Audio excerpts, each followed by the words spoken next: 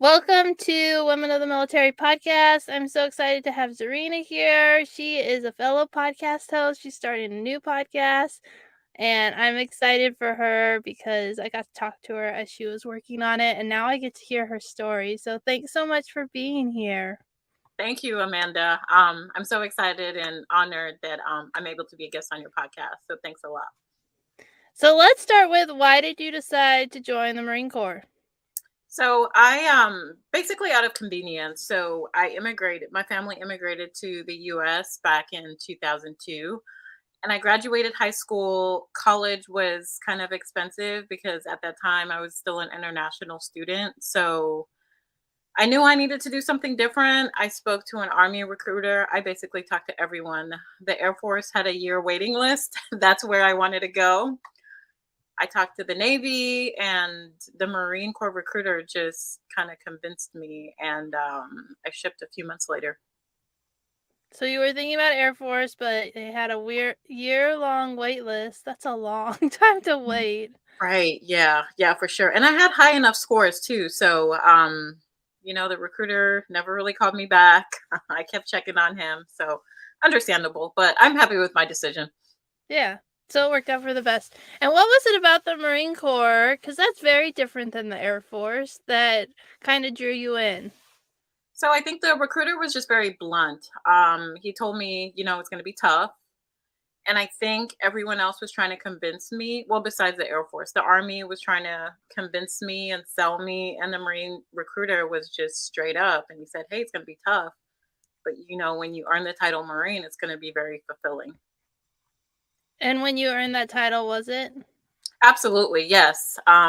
Especially as a woman in the Marine Corps, you get double takes when you tell people, yeah, I'm in the Marine Corps. They're like, holy cow, that's crazy. So, yeah, definitely fulfilling. It's a lot of fun. So what year was it when you enlisted into the Marine Corps?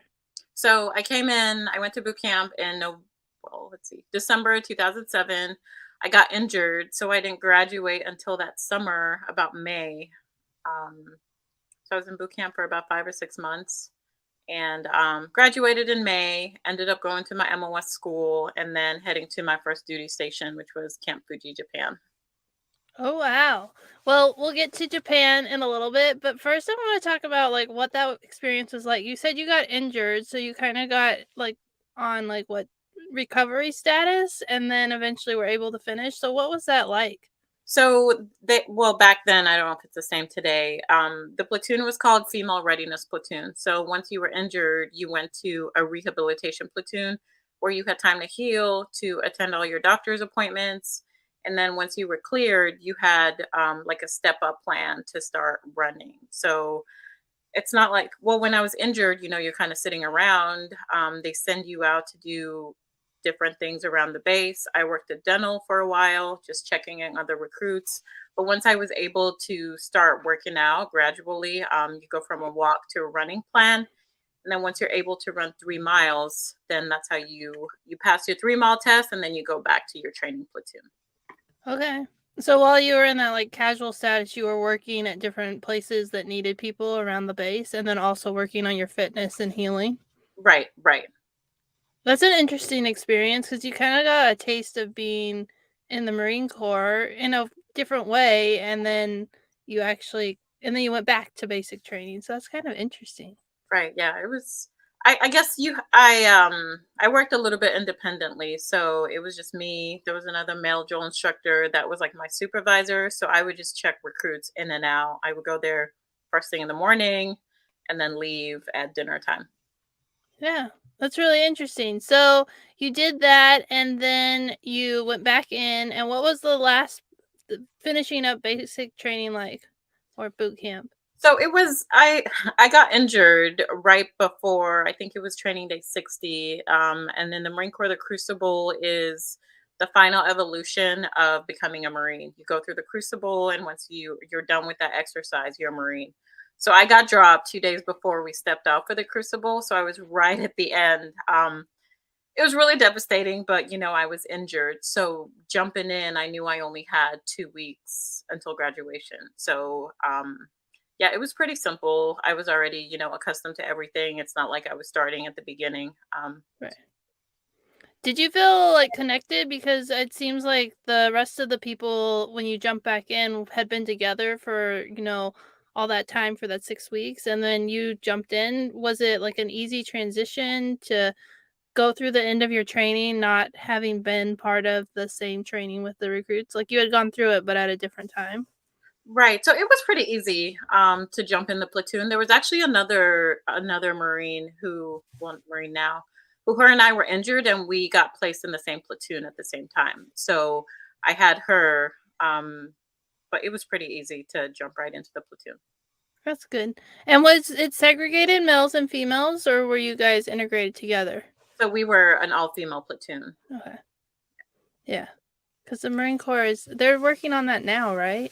They are, yes. So I don't know if you've heard or not, but June 15th, they are disbanding 4th Battalion. And 4th Battalion was where primarily all female Marines were trained. Back when I went through, we would train with the males, but we were more so side by side. You would see them when we were doing our, training exercises, but we were not integrated. Yeah. Yeah, I think it's interesting to learn the history of like how it's changed. And I thought that you guys were already integrated together. I didn't realize it was still like segregated. And then someone just told me, and they were like, isn't the Marine Corps finally integrating? And I was like, I thought they did that. So it's just so interesting to hear how like things continue to change and evolve even today.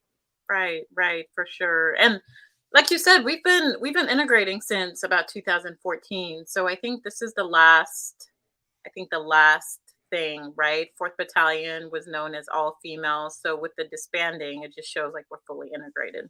Yeah. Okay. Okay, that makes more sense. Yeah, when the person said it, they were like, "It's brand new," and I was like, "Are you sure? I Right. thought they were doing it already." Right. Yeah. Yeah.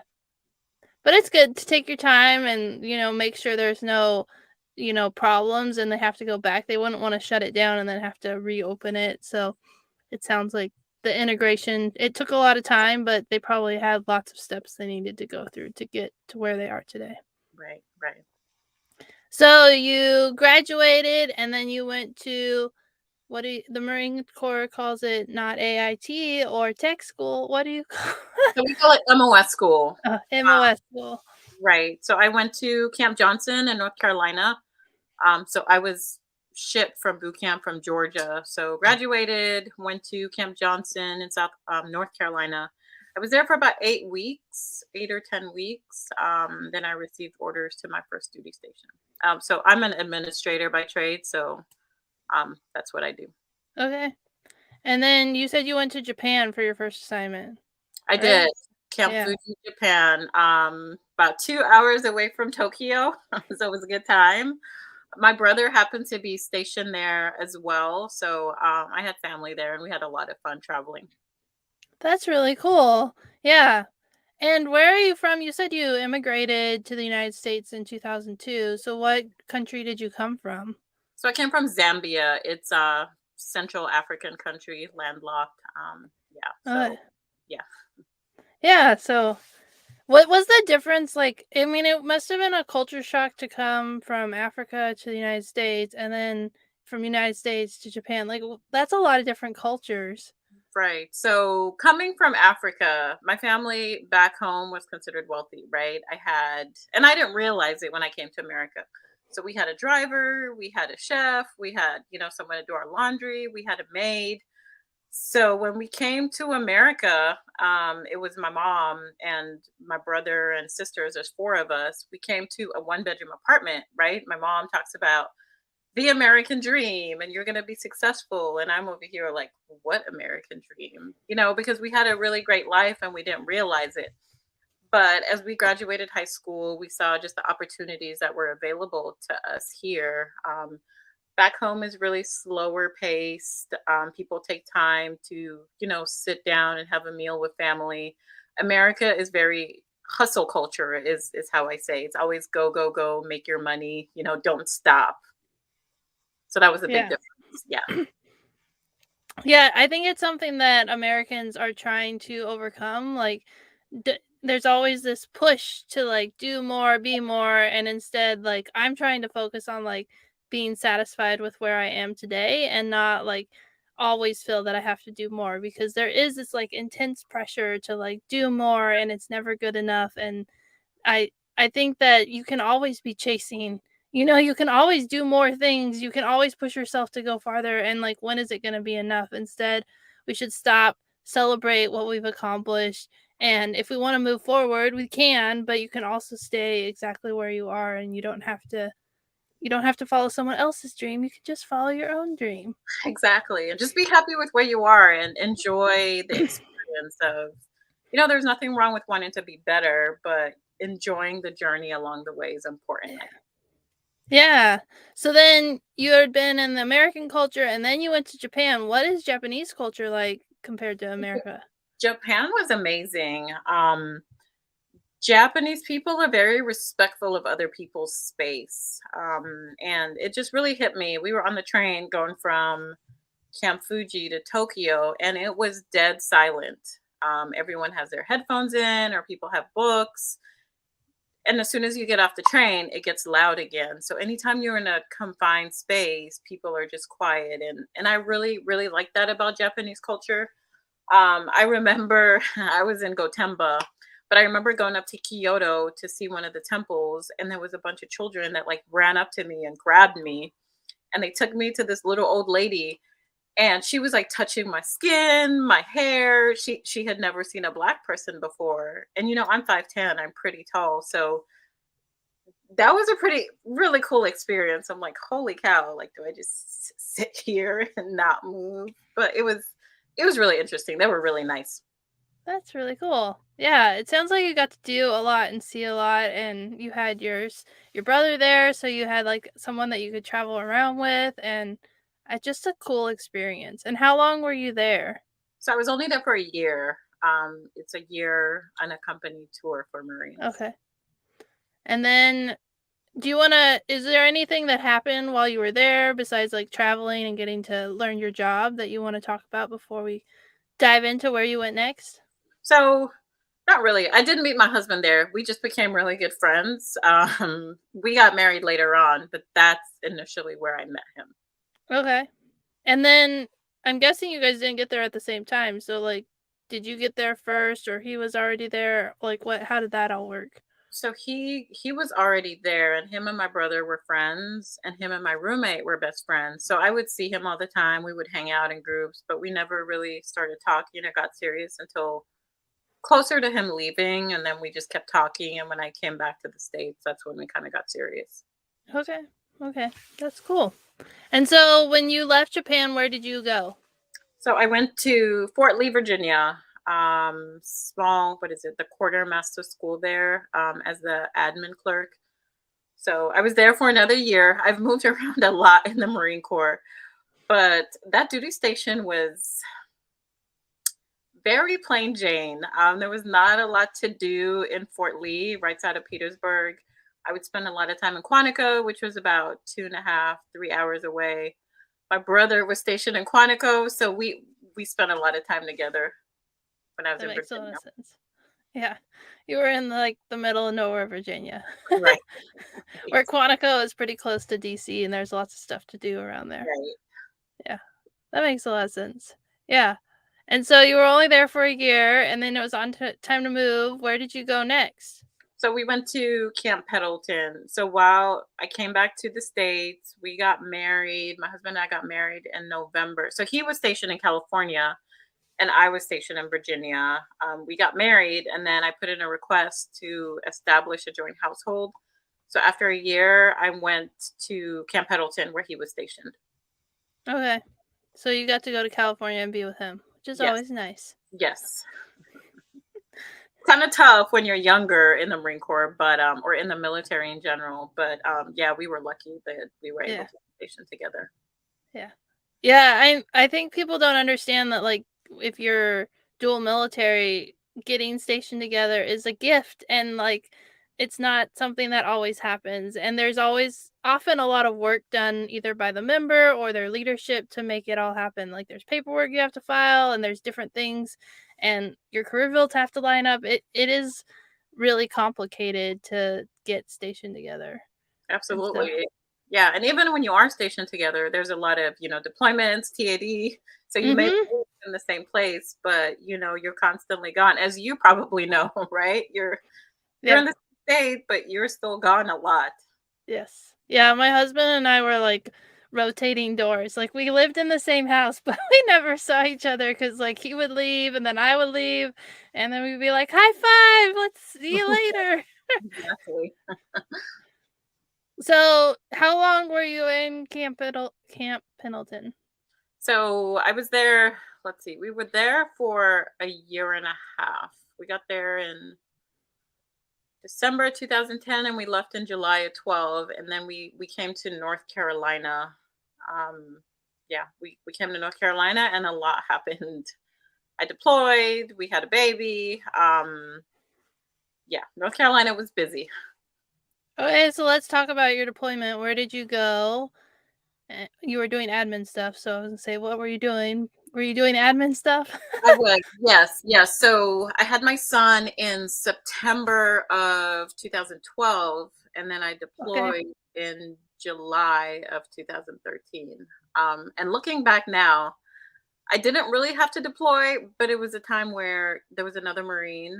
I was a corporal at the time in E4, so I was fairly young, and they needed someone else to go, and I was the next person to go. And back then, you just don't really, or at least for me, I didn't really think I could fight it. I was like, okay, sure, we'll figure it out. My son was 9 months old. I cried every day for that deployment. I grew a lot.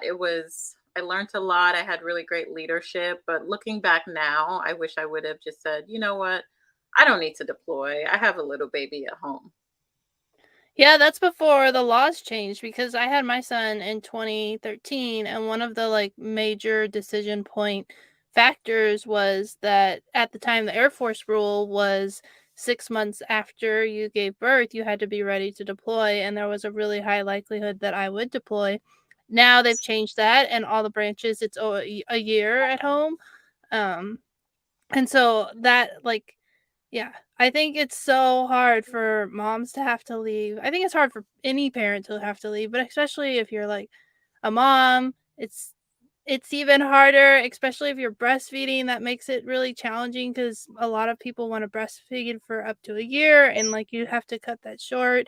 And so, and then there's all the hormones. So I can, yeah. It was So it was tough, yeah, because I breastfed him before I got on the plane, and I got an infection. I wasn't really pumping. I just didn't know to ask those questions about, storing milk or sending milk. And back then it wasn't really popular. So, right. um, yeah, it was really tough. But yeah, looking back now, that's why I advocate for young Marines. A lot of women who do have babies and are ready to get back right away. I'm like, you know what? It's really not worth it. Just spend this time and then you'll get another chance. And if you don't, that doesn't mean you're not a good Marine or a good service member. It's just a time in our country where you don't really have an opportunity to deploy like back in, 2005, 6, 7. Yeah, yeah, it's definitely changed a lot. That makes a lot of sense, and the maternity leave has also been extended to be 12 weeks, and for me, it was 6. I don't know if it was that for you. It was 6 for my first son, yes. And then Yeah, and my second son, it was 12. And it's like, yeah, this is kind of nice. yeah, and they're even extending, the male or parental if you're, uh Parental. Yep. yeah, the parental leave is it 12 weeks? I know it's 12 weeks for the Air Force. I thought it It was is for 12 all. weeks for, I don't know if it's for all, but I know it's 12 weeks for us as well. Yeah. I think it's for all DoD. I think that just changed, and I mean, it would my husband got 10 days, and I'm like, it's so insane that it was, like, 10 days, and that was in 2016. I mean, it was 2013 as well, but my Right. second son was born in 2015, end of 2015, and it was 10 days, and I was like, "That's not really that much time." Like, Exactly. it's Especially if you're crazy. recovering and you can't really move around like 10 days. Just looking back, I'm like, we have made so much progress. Yeah, it's changed a lot for families, for moms, for dads, and just to make it easier, especially because 'cause you're usually so far away from family that it makes it even harder because 'cause you're kinda on your own. Right. So, Yeah. So let's get back to your deployment. I know you said it was challenging, like you were crying every day, but you were getting through it. What were you doing while you were overseas?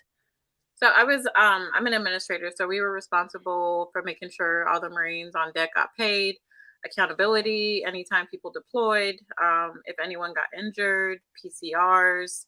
We would coordinate flights to Germany for injuries. So basically, all of the logistics in and out and ensuring proper pay was accounted for, and mail Yeah. too. Mail. We get a lot of mail when they're deployed. So, not necessarily like the Postal Marines, but we would be the ones to accept the mail and distribute. And holiday season time deployed is wild. Yeah, yeah. Well, and do you know about the 6888? They're making a movie about they're the black female battalion during World War II who sorted all the mail that got stuck in Europe, and Hmm. they like just they had this whole system, and I'm so excited Netflix is making a movie about it, and I got to write an article and see some of the pictures, and it just looks amazing, and I'm really excited to hear more about their story because I only know like the surface level details, and so I think it's cool that Hollywood is shining a light on that story. Yeah, that's cool. I've heard a little bit about them, but yeah, I saw that they're making a movie, so I'm excited to see that as well. Yeah, it looks really cool. And the costumes, they just look amazing. I was like, that looks like the pictures. It's so perfect. So it should be great. So, yeah, that I think sometimes when we think about deployment, a lot of people think about like people fighting on the front lines or, we don't think about all the back end support and like how important it is to have people doing all the paperwork, getting paid. That's so important for both the person overseas and the families that are left behind, and like medical evacuations and the mail morale. Mail was so important when I was overseas. For sure.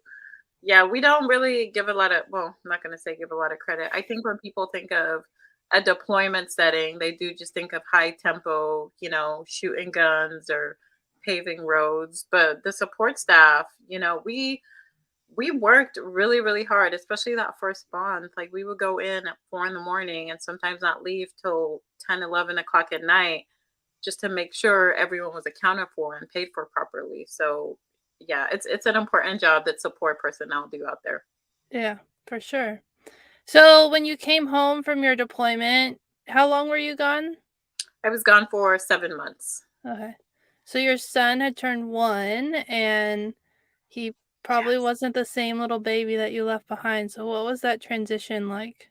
So he was, yeah, he would, when I left, he barely started crawling. I come home, he's walking, he's talking, he's kind of still coming to me, but he's super attached to his dad. Like even to this day, most kids are like mom kids, but he's super attached to his, which understandable, right? He spent that time with his dad, but it took a couple of days to just kind of get back comfortable and in the zone. But yeah, I think I just picked right back up. That's awesome. And then you said you had another baby. Was that in North Carolina or did you guys move before you had another? So let's see. So we were here from 2012. Man, I did a lot here. Came back from deployment. I did the experiment. We went back to California. I got pregnant there, and then we PCS back to North Carolina, and I had my son here. Okay. So yeah, we've moved around a lot. Yeah, you have lots of different experience and dual military. Your husband's Yes, still in? yes, he is. Yes, he's actually TAD right now. He's been gone for 8 weeks. Yeah, it's just hard, and we're getting ready to move again to Japan. So it's been a lot, but pretty interesting, and we're still excited. So still having fun. Yeah, yeah. You've got to be so busy. You're a mom, you're a service member, and now you're starting a podcast. Like, how do you sleep? So everyone always says that, and I think for me, before I had kids, so I had my kids pretty late. I was, I guess, later than the average, Marine. Most people have their kids younger. I was 25 when I had my first son. And when I had him, I'm doing school, I'm working, I'm coming home, house clean. And I was like, I don't remember what it was like before I had kids because I didn't really do anything. So I don't know if that's just being a mom and you just want to accomplish so many things, but I try to stay busy. Just because it's hard to it's hard to stop. There's always something that needs to be done. Yeah, and I found that like I can get so much done in 5 minutes. Like you give me 5 minutes and I have a task, that I need to get done. It's like, okay, I'll get that done, that done, that done. And then it's like and like I take those like 15-minute, blocks of time and I cram them full of stuff so that I can get all my work done because I know that I have a lot of other stuff that I need to do. And so I understand that. And I do think back to like when I didn't have kids, I thought I was so busy and I had so much time. So much Right. time. Yeah, and I think you're more productive because you do want to spend that quality time with your kids. So like you said, give me 5-10 minutes and I'll do what I need to do because when I go home, I want to be able to be engaged with my family and not have to worry about work or school or whatever the case is. Yeah. So, is there anything else from your time in the military so far that you wanted to talk about before we start talking about why your mission and your goal with your new podcast? So the only thing I want to talk about is back in 2015, as you know, part of integration, I participated in an experiment where it was called the Ground Combat Element Integrated Task Force. And it was where female Marines volunteered to basically see if they could compete in combat MOSs. So we volunteered. I was in 1833, an Amtracker.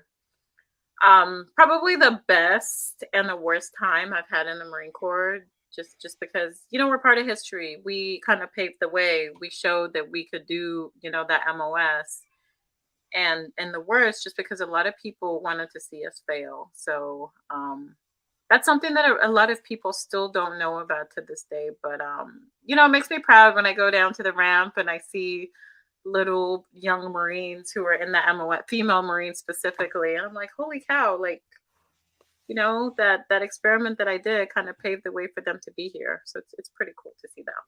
Yeah, that's really cool. And yeah, I just finished I don't know why I can't remember the name of the book.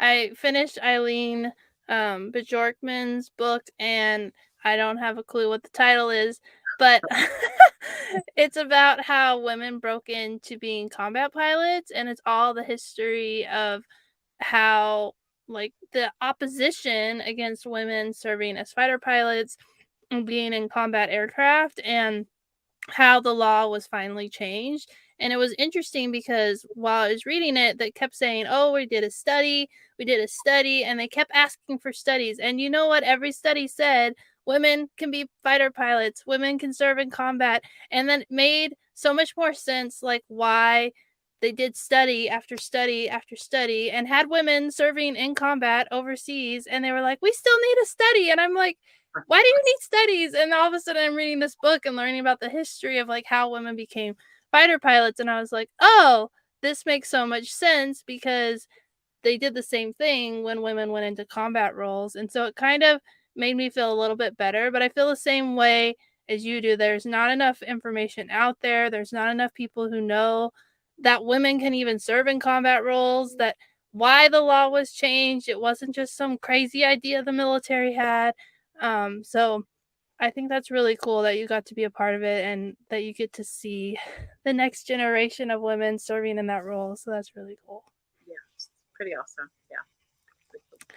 And what was that like? Did you get a lot of opposition from male Marines in the Marine Corps while you were going through that? I talked to someone recently who said that they were, as that law was changing, they got a lot of opposition from the males that were in their unit. I know you were doing the experiment, so you were kind of like, but still you were being trained by males.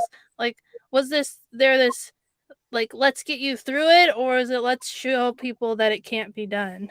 So it was more so there was a lot of positive. The leadership was very positive about it. I would say the most opposition that we got were from our peers because coming in, right, we had the females that volunteered were from different MOSs across the Marine Corps. So we're here to show that we could, keep up, so to speak, with a male who had been doing this for, 5, 10, 11 years. So it was just that disconnect of a lot of my peers, I would say, or the younger male Marines just didn't want us there because it was new and we're worrying about things that are not really an issue.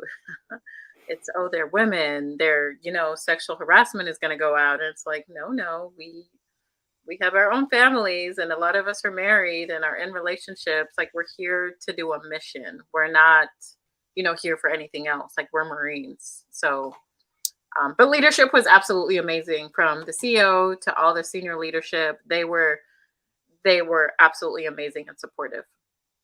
Yeah. Yeah, I mean, that sounds exactly like what women faced as combat pilots. They were the same things that people would say, sexual harassment or other things, and they were like, these aren't true.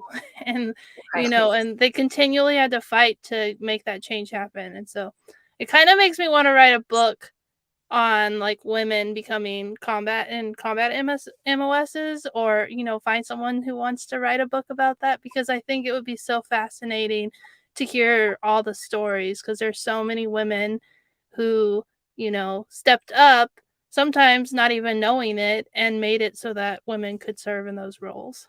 No, that's true. That's a good point, because I had a more so positive, a few negative experiences, but there's some people who I would talk to in parallel platoons, and they had a terrible time. So it would be really interesting to see just kind of what struggles certain people had in Yeah. to make a way for women in combat MOSs. Yeah. Well, and all the branches have different parts of the story that made it happen, so it would just be really cool. So, yeah. I'm so glad we got to talk about that, because that's one of the things I'm like super passionate about. So, let's talk a little bit about your podcast and talk about what it's called and what your mission and focus is. So I I don't know why I'm nervous. I'm sorry, Amanda. It's okay. Just being a female Marine, people are always fascinated, and a lot of people are just very surprised when they hear that, yeah, I'm a female Marine. I've been in the Marine Corps for 15 years. The answer or the response I always get is, oh my goodness, how did you survive? How are you going so long? And I'm just thinking to myself, like, I know some amazing women who have done 30 plus years, in the Marine Corps. And I don't necessarily think people focus on the positive when we're talking about female Marines in the Marine Corps. So I just want to showcase some awesome women who are Marines, because when we hear about female service members, the first thing, no shade to the other services, but most women join the Air Force or the Army or the Navy. And the perception, at least from my perspective, is that female Marines are just miserable in the Marine Corps. And that's not necessarily the case, right? It's life. There's good and bad everywhere. But, I have been absolutely fortunate and blessed to have great leadership, great women who have helped guide me to, where I am today. And we'll see what happens at 20. We may go further, but there's just phenomenal women that I've had the privilege of working with. Yeah. I feel like I had a very similar passion for when I started my podcast, because I didn't feel like there were enough stories of just women in the military in general, because there weren't any stories. There was no platform that was specifically dedicated talking to women who served in the military, and I started hearing stories, and I was like, people need to know these stories. And I mean, it's over 200 episodes now, and I still love getting to talk to women veterans, and I'm always learning something and always inspired.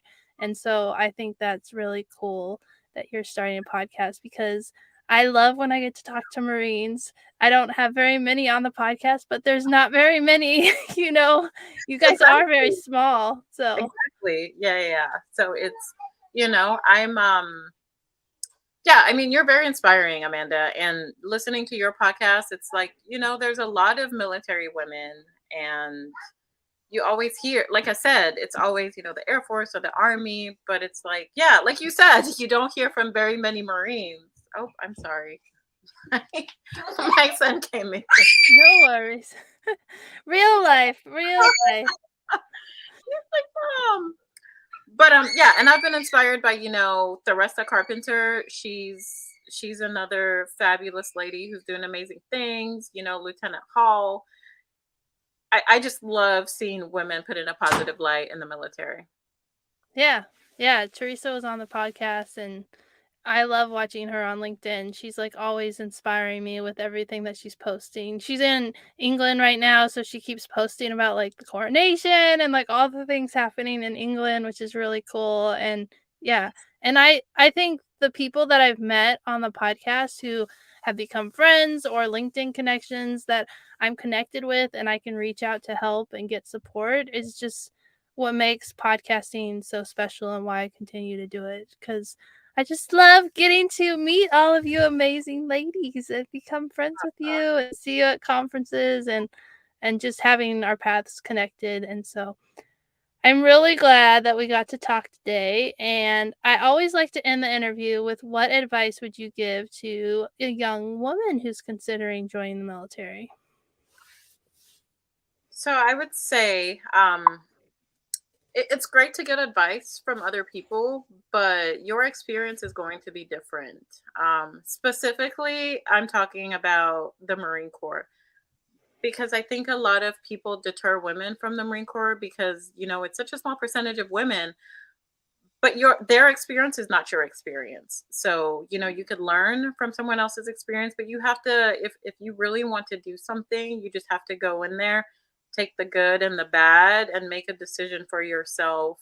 And, if something bad happens, you learn from it, but you never know. Like, you could have a great career um, by just choosing to live your own path in the military. Yeah, and I think that's why I wrote A Girl's Guide to Military Service because I wanted girls to have as much information as they could have going into the military because I think the military has great options and there's great careers.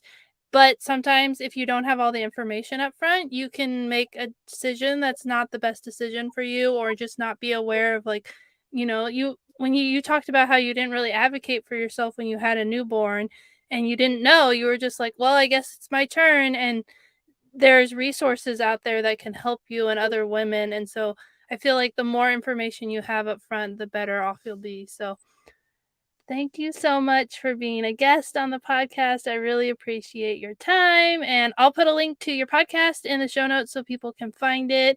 And just thank you so much. Awesome. Thank you, Amanda.